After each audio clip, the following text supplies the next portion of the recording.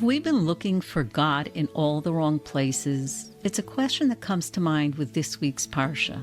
You're listening to Torah in 7. I'm Bela Olidort. Before we begin, I'd like to dedicate this episode to my dear grandson, Lev Zalman, in honor of his 15th birthday. Happy birthday, Lev. Now for the summary. This week's Torah reading opens with Moshe's father-in-law Yisro hearing about the Exodus and coming to the Israelite camp in the wilderness with Moshe's wife Tzipporah and their 2 sons. Moshe recounts all that God has done. Yisro rejoices and blesses God. He then observes Moshe adjudicating the people's disputes from morning until evening and warns that the burden is unsustainable. He advises his son-in-law Moshe to establish a system of delegation. Moshe accepts the advice and institutes a structured judicial system.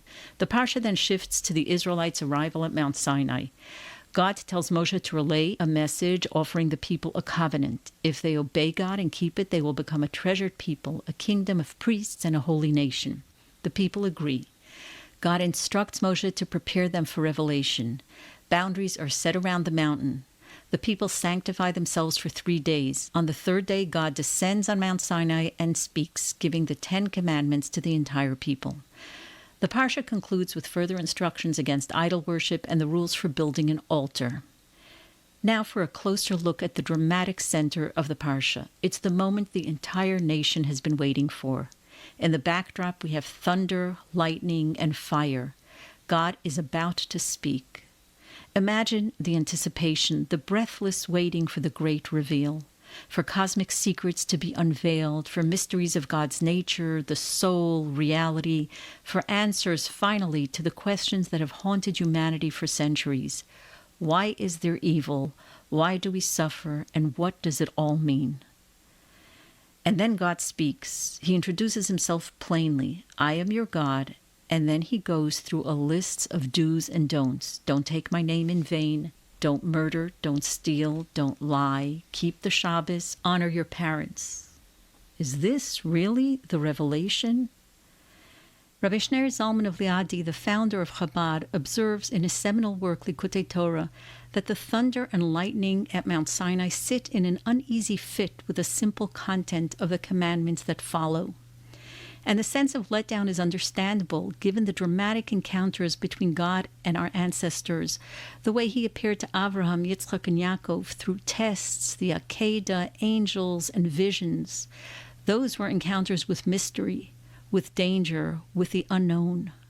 And now an entire people stands at the foot of a mountain, and there's no metaphysics, no secrets of the universe, but basic rules. And here's the clincher, rules that they already know. In fact, these rules of justice, moral responsibility, and human dignity are familiar to any functioning society. Everyone knows that murder destroys life. Everyone knows that theft corrodes trust. Everyone knows that lies make society unlivable. In fact, the Torah tells us in Genesis that Avram was chosen because he would teach his children tzedek and mishpat, justice and righteousness. So why gather an entire nation for what Avram already knew? If the revelation at Sinai wasn't about discovering something new, what was it? Here we need to think about context, because it's not the content that changed, it's the context that has changed. Before Sinai, justice was heroic, it was a choice, and it belonged to individuals of conscience. After Sinai, justice became binding, it was commanded, and it became the condition of belonging to a people. So Sinai isn't about discovering new values. It's about no longer treating the values we already know as optional. But there's something deeper here. Before Sinai, God chose to initiate relationships with human beings and who to initiate them with. At Sinai, he gives us the terms and allows each and any one of us to initiate that relationship. And this is where the real reveal is.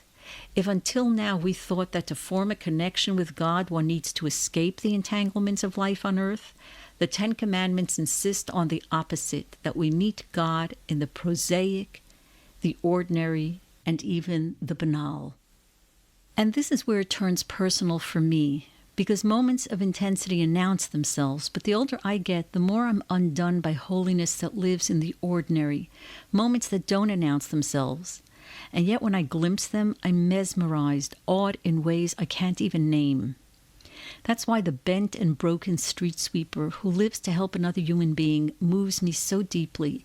This isn't the familiar holiness of spiritual leaders, sages, or scholars, but a holiness that appears where we least expect it, in people we might otherwise pass without a second glance. The Holy Hunchback, a song by Aaron Razel, captures this so poignantly.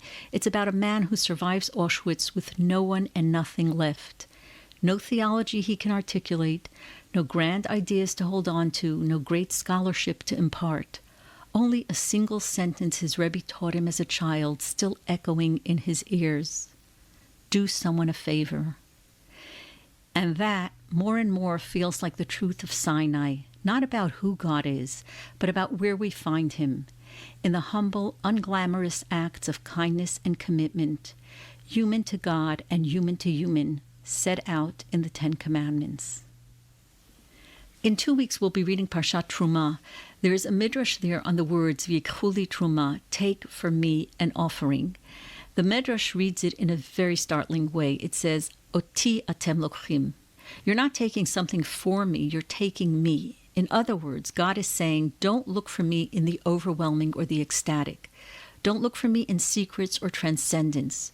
Look for me in the ordinary materials of life shaped by responsibility. The Mishkan isn't constructed out of abstractions. It's built out of donated objects, measured actions, repeated commitments.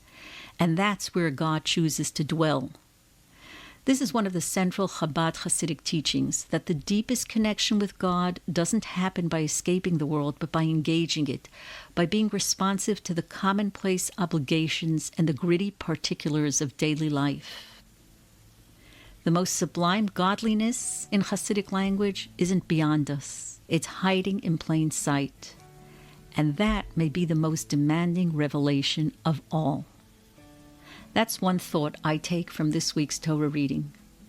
If you found this meaningful, please subscribe, share, and comment. Shabbat Shalom.